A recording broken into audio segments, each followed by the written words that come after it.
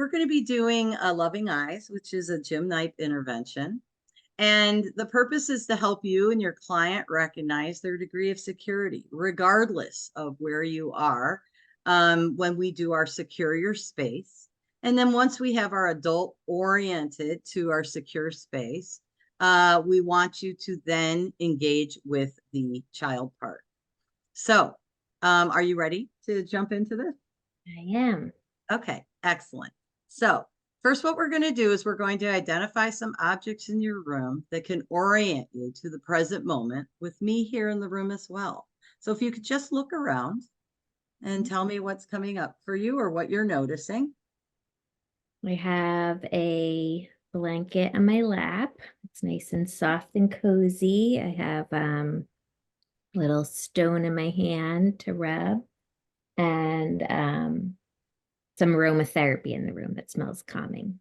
Great, great. Can you just give me a little bit of detail on the blanket? What colors, maybe the texture? It's very soft, Oh, blue and white, cozy. great. And is there anything that you can share with us about your stone? Yeah, the one I picked up. Let's see, what is this? It is Botswana agate. It's I activity. guarantee you I'm not repeating that word, but Yeah, I don't okay. know if I said that right, but That's okay. What color positivity. is it? It's brown and white. Nice. And I'm assuming it's smooth and Yeah, comforting. nice. Excellent. It's got Mm-hmm. some good energy. Yes. Okay, great. All right. So let's see here. So what we're going to do next is I'd like for you to come up with, well, first let me explain what we're going to do. So for trauma to resolve, it is critical to have dual attention. And so what we're going to do is work on being in dual attention. Dual attention means that while working on a memory, you can stay in the present moment. We want you to stay in the here and now while we access something in the past. And that is the dual attention that we're looking for. And just a timeout here for everybody. If the client says that they do not feel safe, there's some instructions on there, but I'm just going to ask Kelly, how secure are you feeling right now, with a scale of 1 to 5, with 1 not at all and 5 being very secure? Um, 4.5. Okay, excellent. All right, so now we're going to move to our page with our loving eyes, which I believe is page 9. Our loving eyes script. Maybe we could read, let's see here. Where is it? Sorry. Oh, my bad. It's page 6.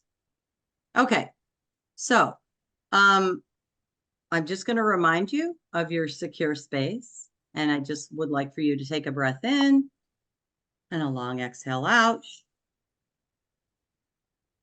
And then I would like for you to just feel your blanket, your white and blue blanket, and how soft it is. I'd like you for to rub the stone in your hand and just feel its energy.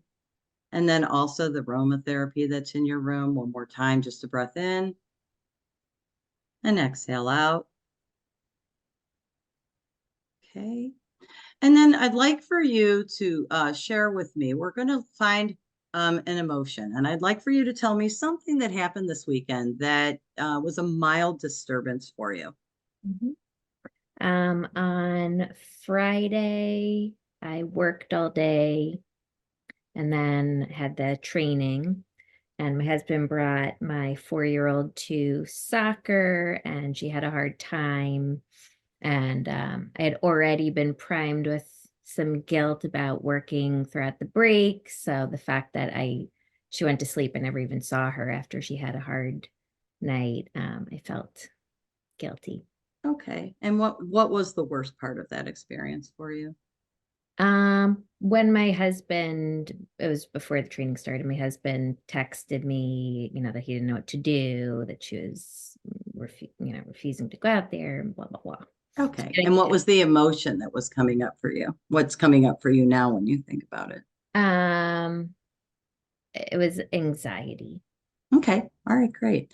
Well, anxiety is what we're going to honor here. So, sitting with me now, can you notice where you feel that anxiety in your body?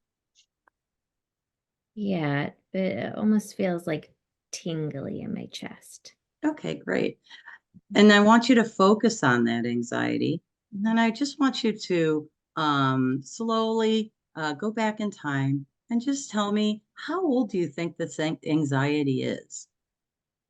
And this could possibly go back to childhood. Just take your time. Okay.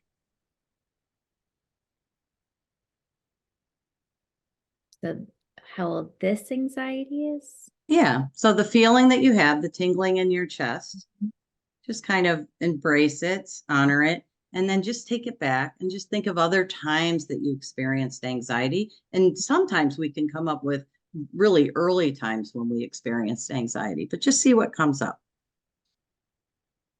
I mean, the age 7 just popped into my head, but Mhm. I don't have a clear.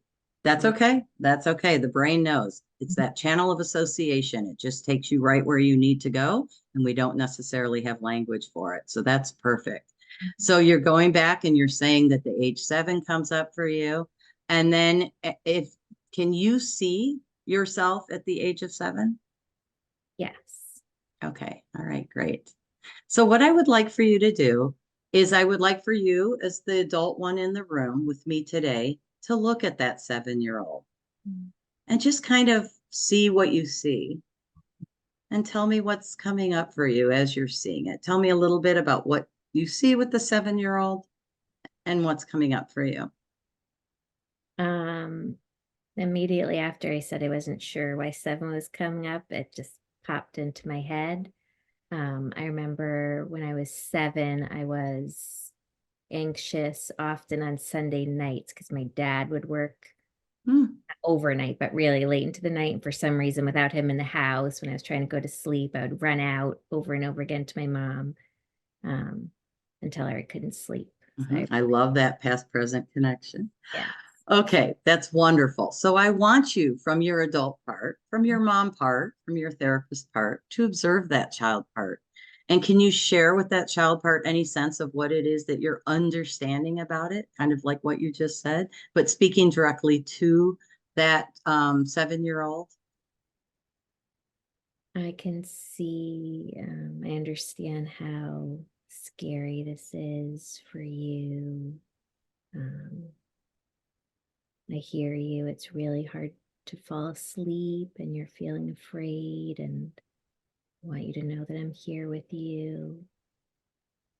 Um, So it's okay to feel afraid. And maybe I'd mhm, ask her, like, where do you feel that?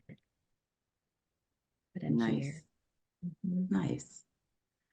And so, what is it like for that child to hear those words? It feels comforting. She feels really um, seen and heard, and just having her feelings validated and feeling like it's okay to have these feelings feels like it's helping her to feel more safe. Nice. And I just want to honor that connection that you're making right now with your adult part and that young part.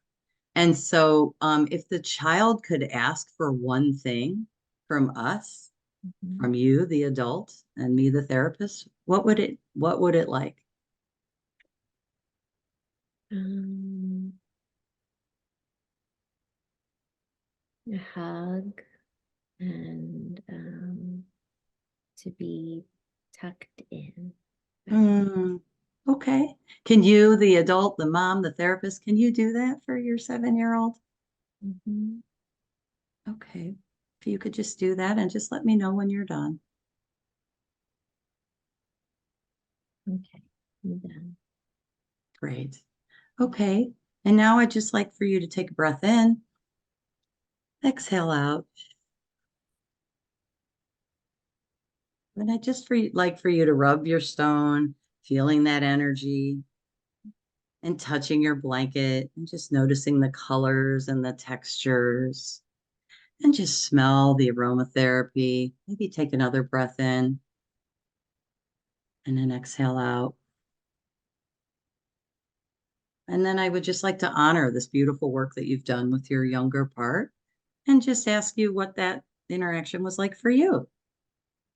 It was lovely. I am always amazed by the things that pop up because I really at first for my like intellectual mind was like, Mhm. I don't know what kid, what younger version of me, and then just came and it all just felt very organic and natural. So it was Yeah. lovely.